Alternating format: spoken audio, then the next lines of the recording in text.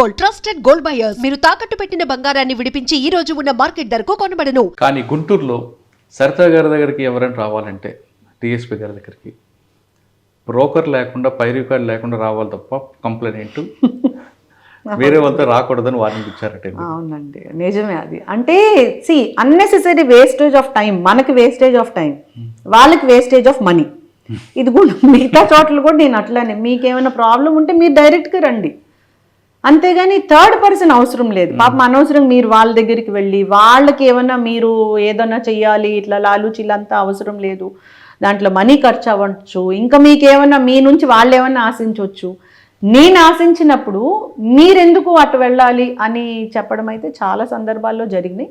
తర్వాత పీపుల్ ఎవరు మధ్యలో ఎవరిని మధ్యవర్తులు తీసుకోకుండా స్ట్రైట్గా వచ్చేవాళ్ళు. ఇప్పుడు 4 సబ్ డివిజన్లో మీకు బాగా గుర్తుండిపోయిన కేసులే ఉన్నాయి? చాలా ఉన్నాయండి. తెలంగాణలో వర్క్ చేసిన, అంటే అప్పటి కంబైన్డ్ స్టేట్, అక్కడ కొన్ని ఇష్యూస్, చాలా ఇంపార్టెంట్ కేసెస్ ఉన్నాయి.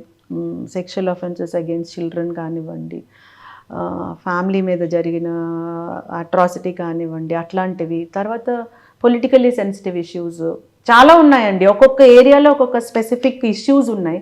ఆ ఇష్యూస్ని చాలా పెద్దగా జరిగినప్పుడు అది డీల్ చేసే దాంట్లో కొంచెం నేను కూడా మెంటల్గా స్ట్రెయిన్ అయిన సిట్యుయేషన్స్ 2-3 వచ్చినాయి. But still I'm telling, officers understood me. నా మెంటాలిటీ వాళ్ళకి అర్థం కావడం, పబ్లిక్కి నేనేంటో అర్థం కావడం, ఇంక్లూడింగ్ పొలిటీషియన్స్ కూడా, వాళ్ళకు కూడా నేనేంటో అర్థం కావడం, దాంతో నేను స్మూత్గా సేల్ అయ్యి బయటకు వచ్చానని. అంటే మీరు చెప్తున్నట్లుగా బాగా మెంటల్గా స్ట్రెస్ తీసుకున్న ఒక కేసు చెప్పండి. కొన్ని ఉన్నాయండి. అంటే చైల్డ్ మీద ఒక సెక్షువల్ యాక్ట్ జరిగి ఎవరు చేశారు అనే అతని మీద కూడా మాకు ఇన్ఫర్మేషన్ ఉండి అతను పారిపోయి, అతను ఖచ్చితంగా పట్టుకోవాలి, షూట్ ఎట్ సైట్ ఆర్డర్ ఇవ్వాలి అని చెప్పి ప్రజలందరూ కూడా రోడ్డు మీదకి వచ్చి పెద్ద ధర్నా చేయడం జరిగింది, చాలా పెద్ద ధర్నా.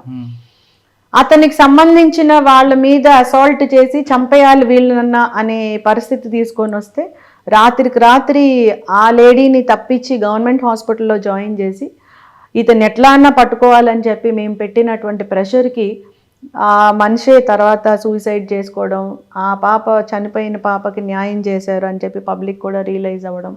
ఈ నైట్ అంతా, ఆ రోజు మధ్యాహ్నం నుంచి రెండో రోజు మధ్యాహ్నం వరకు మేము పడినటువంటి ప్రెషర్ కానీ ఆ స్ట్రగుల్ కానీ, it taught me so much. అట్లానే వరంగల్లో కూడా అంతే. అప్పటి నుంచి ఉంది, తర్వాత ఈ మధ్య 2 కూడా జరిగినట్టున్నాయి కదండి. వరంగల్లో వర్క్ చేసినప్పుడు ఒక దగ్గర పాప మీద 4 బాయ్స్ సెక్షువల్ అఫెన్స్ చేసి, ఆ రోజుల్లో, that is in the year 2013, POCSO act 2012లో వచ్చిందండి. 2013 గురించి చెప్తున్నాను. అప్పుడు బ్లూటూత్ అవన్నీ స్టార్టింగ్ పీరియడ్ అన్నమాట. పాప మీద సెక్షువల్ అఫెన్స్ చేసి ఆ పిల్లలందరూ దాన్ని వీడియో రికార్డ్ చేసి ఒకళ్ళ తర్వాత ఒకళ్ళు దాన్ని అందరికీ సర్క్యులేట్ చేసుకొని, తర్వాత పాప ఫాదర్కే ఆ వీడియో రీచ్ అయ్యి ఆ తర్వాత కేసు రిజిస్టర్ చేయడం, దాని ఇన్వెస్టిగేషన్లో ఆ పాప నేపథ్యం కానీ ఆ పిల్లల నేపథ్యం కానీ, ఇవి నాకు లైఫ్కి సరిపడా లెసన్స్ నేర్పించినాయి. ఒక నేరం జరిగితే ఆ నేరం కేవలం ముద్దాయి ఈ నేరం చేశాడు ఇది తప్పు అనే యాటిట్యూడ్ వరకే చూస్తాము. దాని వెనుకున్నవి కూడా, అంటే ఆ నేరాన్ని జస్టిఫై చేయడానికి కాదు, మిగతా నేరాలు జరగకుండా ఇందులోంచి కొన్ని లెసన్స్ నేర్చుకొని అవి మనం పిల్లలకి సమాజానికి తెలియజేయాలి. ఈ సర్కమ్స్టాన్సెస్ వల్ల ఇట్లాంటివి జరుగుతాయి, ఈ దాడుల వల్ల నేరం జరిగినటువంటి విక్టిమ్స్కే కాదు బాధ, సమాజం మీద తీవ్రమైన ప్రభావం చూపిస్తుంది ఇన్ కోర్స్ ఆఫ్ టైం, వాటిని ఇప్పుడే చెక్ పెట్టకపోతే అని నాకు వండర్ఫుల్ లెసన్స్ నేర్పించినటువంటివి చాలా ఇన్సిడెంట్స్. ఎస్, రూట్స్కి వెళ్ళాలి. రూట్స్కి వెళ్తే ఏమవుతుందంటే ఆ కేసు ఇన్వెస్టిగేషన్ పర్ఫెక్ట్గా చేయడమే కాకుండా, దాంట్లో కన్విక్షన్ రావడమే కాకుండా, చట్టపరంగా నేను జస్టిస్ చేశాను అని నాకు ఒక కాన్ఫిడెన్స్ రావడమే కాకుండా, ఇట్లాంటి ఇన్స్టెన్సెస్ రిపీట్ కాకుండా ముందే పబ్లిక్ ఒక టైప్ ఆఫ్ అవేర్నెస్, ఒక సెన్సిటైజేషన్ చేయాలి అనిపించిన సందర్భాలు నాకు చాలా వచ్చినాయి. Because I go in to root cause, నాకు పర్సనల్గా అట్లా అలవాటు అయిపోయింది.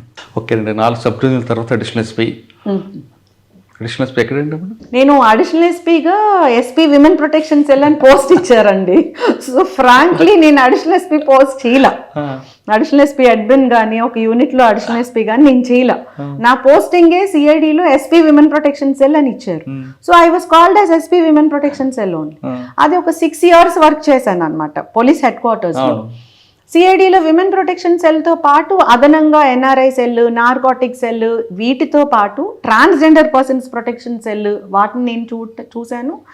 కొన్ని అటాచ్మెంట్స్ కూడా వచ్చినాయి. ఎకనామిక్ అఫెన్సెస్ అటాచ్మెంట్ చేశాను, జనరల్ అఫెన్సెస్ అటాచ్మెంట్ చేశాను, సైబర్ క్రైమ్ అటాచ్మెంట్ చేశాను కొన్నాళ్ళు.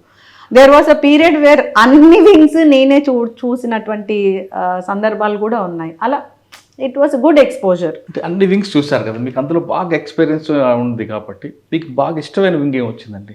నేను నా రెగ్యులర్ పోస్ట్ నాకు ఇచ్చింది విమెన్ ప్రొటెక్షన్ సెల్ అండి. విమెన్ అండ్ చైల్డ్ ఇష్యూస్ అది డీల్ చేయడం. అది నేను ఇష్టంగా చేశాను, మనసు పెట్టి వర్క్ చేశాను. ఎక్కడా కూడా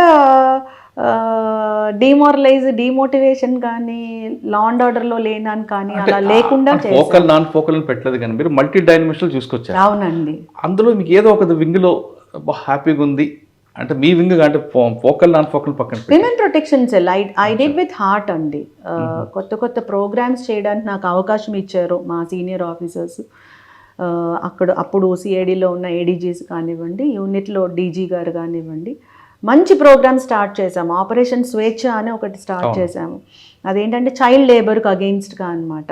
అది రాష్ట్ర వ్యాప్తంగా ఎవ్రీ క్వార్టర్కి వన్స్ ఒక 1 week ప్రోగ్రామ్ పెట్టుకొని బాల కార్మికులు ఎక్కడున్నా కూడా వాళ్ళని రెస్క్యూ చేయడమే కాకుండా వాళ్ళని మళ్ళీ బ్యాక్ టు స్కూల్ పంపించాలి. సో అలా చేయడము, అది మళ్ళీ ఫాలో అప్ చేయాలి. వాళ్ళ తల్లిదండ్రులతో కూడా మనం మాట్లాడి ఎందుకు వీళ్ళు ఈ బాల కార్మికుల్లోగా ఎందుకుంటున్నారు, మీ నేపథ్యం ఏంటి, దానికి మనం ఏం చేయగలము, అలా వీ హ్యావ్ డన్. దానికి వైడ్ రికగ్నిషన్ వచ్చింది. తమిళనాడు గవర్నమెంట్ హ్యాస్ ఫెలిసిటేటెడ్ అస్. అట్లనే తెలంగాణ విమెన్ ప్రొటెక్షన్ సెల్ వాళ్ళు కూడా దే హ్యావ్ ఫెలిసిటేటెడ్ అస్. చాలా పిల్లల్ని సేవ్ చేసాము, రెస్క్యూ చేసి మళ్ళీ బ్యాక్ టు స్కూల్ పంపించాము. స్కూల్కి వెళ్ళిన తర్వాత పిల్లల మీద కొన్ని ఫ్యామిలీస్ డిపెండ్ అవ్వండి, పేరెంట్స్ డిపెండ్. అవునండి, అవును. మీరు స్కూల్కి పంపిస్తారు, వాళ్ళకి ఇన్కమ్ రాదు, మరి ఆ కుటుంబం ఎలాగ మరి వర్క్ అవ్వాలి? కొంతమంది నండి ఇక్కడ హెడ్ క్వార్టర్ దగ్గరలో ఉన్నప్పుడు లేడీస్కి మేము ఎన్జిఓస్ ఎవరు సపోర్ట్ చేయగలిగినటువంటి ఎన్జిఓస్ని ఐడెంటిఫై చేసి ఆ సపోర్టింగ్ మెకానిజం కూడా ఇచ్చాం. But not to every one. Wherever it was possible to us we did. So అది నాకు ఆ ప్రోగ్రామ్ నాకు చాలా హ్యాపీనెస్ని ఇచ్చింది. దాదాపు 5,000 చిల్డ్రన్ని సేవ్ చేయగలగడం 2 yearsలో.